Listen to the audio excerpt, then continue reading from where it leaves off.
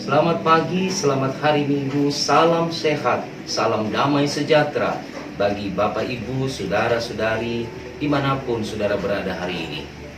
Hari ini 29 November 2020 kita memasuki Minggu Advent yang pertama, Minggu Penantian akan kelahiran Sang Juru Selamat Kristus Tuhan bagi kita umat percaya. Kekasih-kekasih Tuhan, kita akan mendengar firman Tuhan dalam ibadah hari Minggu ini. Namun sebelumnya, mari kita sehati untuk memohon bimbingan Roh Kudus di dalam pemberitaan firman Tuhan. Mari kita berdoa. Tuhan, kami akan membaca firman-Mu. Bimbing kami, tolong kami, tuntun kami dengan Roh Kudus Tuhan, supaya pikiran dan hati kami terarah kepada firman-Mu, dan kami mampu untuk melakukannya di tengah-tengah kehidupan sebagai gereja Tuhan. Terima kasih Tuhan mengantar kami memasuki Minggu Advent yang pertama hari ini. Dan biarlah di minggu-minggu Adventus ini kami semakin dipersiapkan Tuhan untuk senantiasa menyiapkan pikiran dan hati yang bersih, agar Engkau boleh lahir dan masuk menjadi bagian di tengah-tengah kehidupan kami selaku gereja-Mu. Bapa, bersabdalah, kami siap mendengarkan firman-Mu. Amin. Saudara-saudaraku, pembacaan Alkitab pada hari ini, Minggu Advent yang pertama, terambil dari 2 Korintus pasal yang ke-8, ayat 1 sampai ayat yang ke-9, menyatakan demikian. Saudara-saudara, kami hendak memberitahukan kepada kamu tentang kasih karunia yang dianugerahkan kepada jemaat-jemaat di Makedonia. Selagi dicobai dengan berat dalam pelbagai penderitaan, sukacita mereka meluap, dan meskipun mereka sangat miskin, namun mereka kaya dalam kemurahan. Aku bersaksi bahwa mereka telah memberikan menurut kemampuan mereka, bahkan melampaui kemampuan mereka. Dengan kerelaan sendiri, mereka meminta dan mendesak kepada kami, supaya mereka juga beroleh kasih karunia untuk mengambil bagian dalam pelayanan kepada orang-orang kudus. Mereka memberikan lebih banyak daripada yang kami harapkan. Mereka memberikan diri mereka pertama-tama kepada Allah, kemudian oleh karena kehendak Allah juga kepada kami. Sebab itu kami mendesak kepada Titus, supaya ia mengunjungi kamu dan menyelesaikan pelayanan kasih itu sebagaimana ia telah memulainya. Maka sekarang, sama seperti kamu kaya dalam segala sesuatu, dalam iman, dalam perkataan, dalam pengetahuan, dalam kesungguhan untuk membantu, dan dalam kasihmu terhadap kami, demikian juga hendaknya kamu kaya dalam pelayanan kasih ini. Aku mengatakan hal itu bukan sebagai perintah, melainkan dengan menunjukkan usaha orang-orang lain untuk membantu. Aku mau menguji keikhlasan kasih kamu, karena kamu telah mengenal kasih karunia Tuhan kita Yesus Kristus, bahwa Ia yang oleh karena kamu menjadi miskin, sekalipun Ia kaya, supaya kamu menjadi kaya oleh karena kemiskinannya.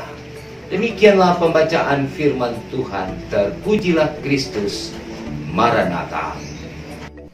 Saudara-saudaraku yang diberkati dan dikasihi Tuhan, bacaan kita pada pagi hari ini berbicara tentang pelayanan kasih Rasul Paulus kepada jemaat di Korintus yang mau menegaskan kembali tentang makna dari sebuah konsep memberi di tengah pelayanan. Ada hal yang menarik dalam bagian ini karena Paulus pernah mengutip kata-kata Tuhan Yesus, yang mana kata-kata itu tidak ditulis oleh seluruh penulis Injil di dalam Alkitab. Saudara, mari kita membuka di dalam Kisah Para Rasul pasal yang ke-20, ayatnya yang ke-35. Saya bacakan untuk kita bersama. Dalam segala sesuatu telah kuberikan contoh kepada kamu, bahwa dengan bekerja demikian kita harus membantu orang-orang yang lemah dan harus mengingat perkataan Tuhan Yesus.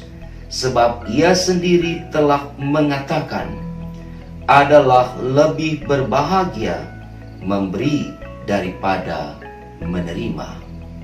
Kekasih-kekasih Tuhan, kata-kata Tuhan Yesus ini kemudian saya pakai sebagai tema dalam khotbah hari ini. Adalah lebih berbahagia memberi daripada menerima. Yang menarik adalah bahwa kalimat ini pernah diucapkan oleh Tuhan Yesus kepada Rasul Paulus.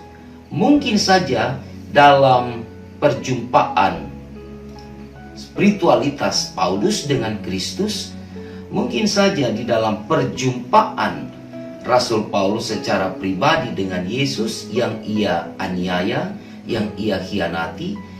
Tetapi kalimat ini tidak pernah kita jumpai di dalam Injil-Injil sinopsis. Nah, kenapa Paulus harus berbicara tentang konsep ini?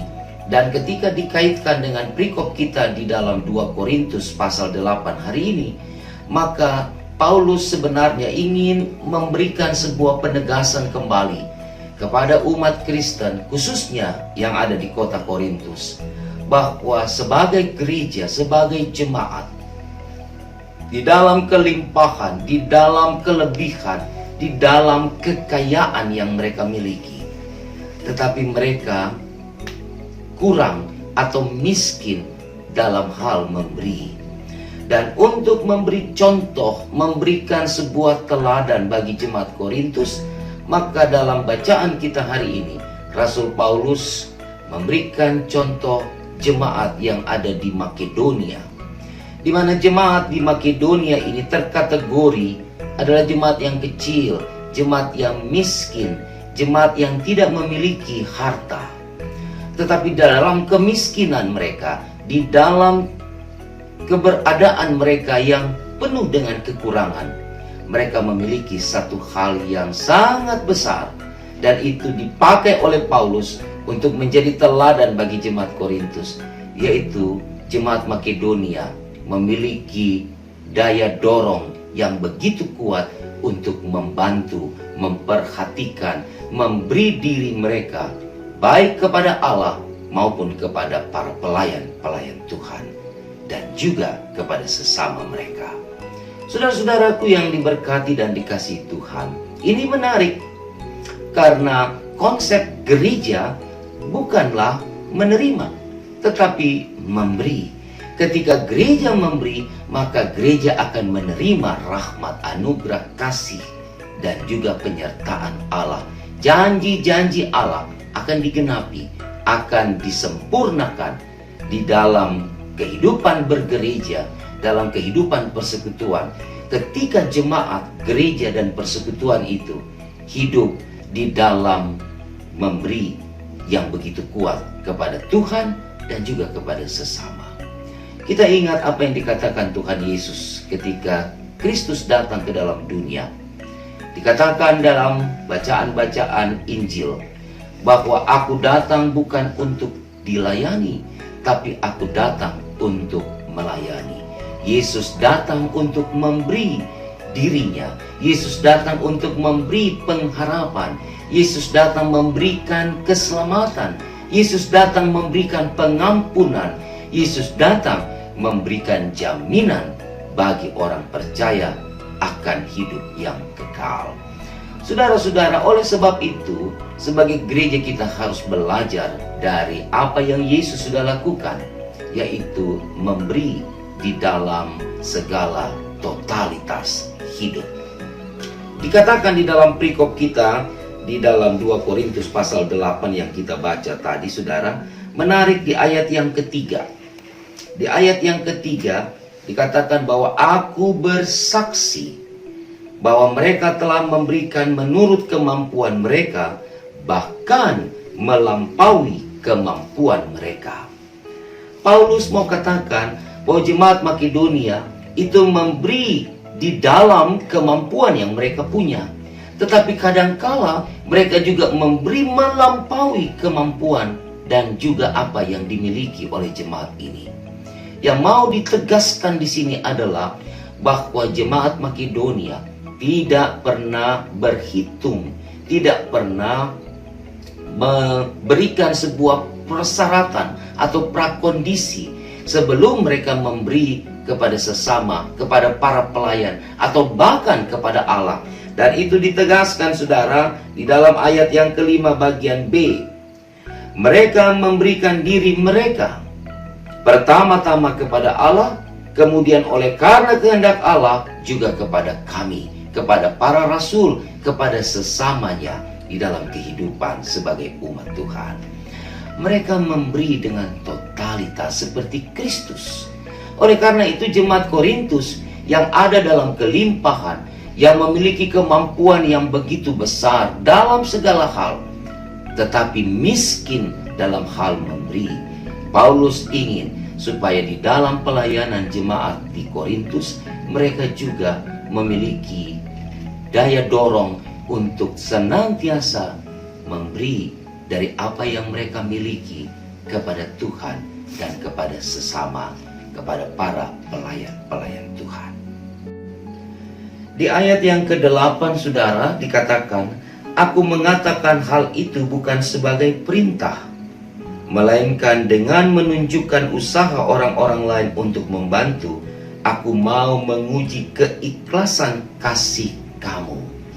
Paulus menghimbau, Paulus tidak mengintimidasi jemaat Korintus untuk memberi, tetapi ada himbauan yang disampaikan agar jemaat Korintus juga mau memberi, juga mau memiliki rasa kasih kepada Allah dan kepada sesama di dalam pelayanan yang dijalankan.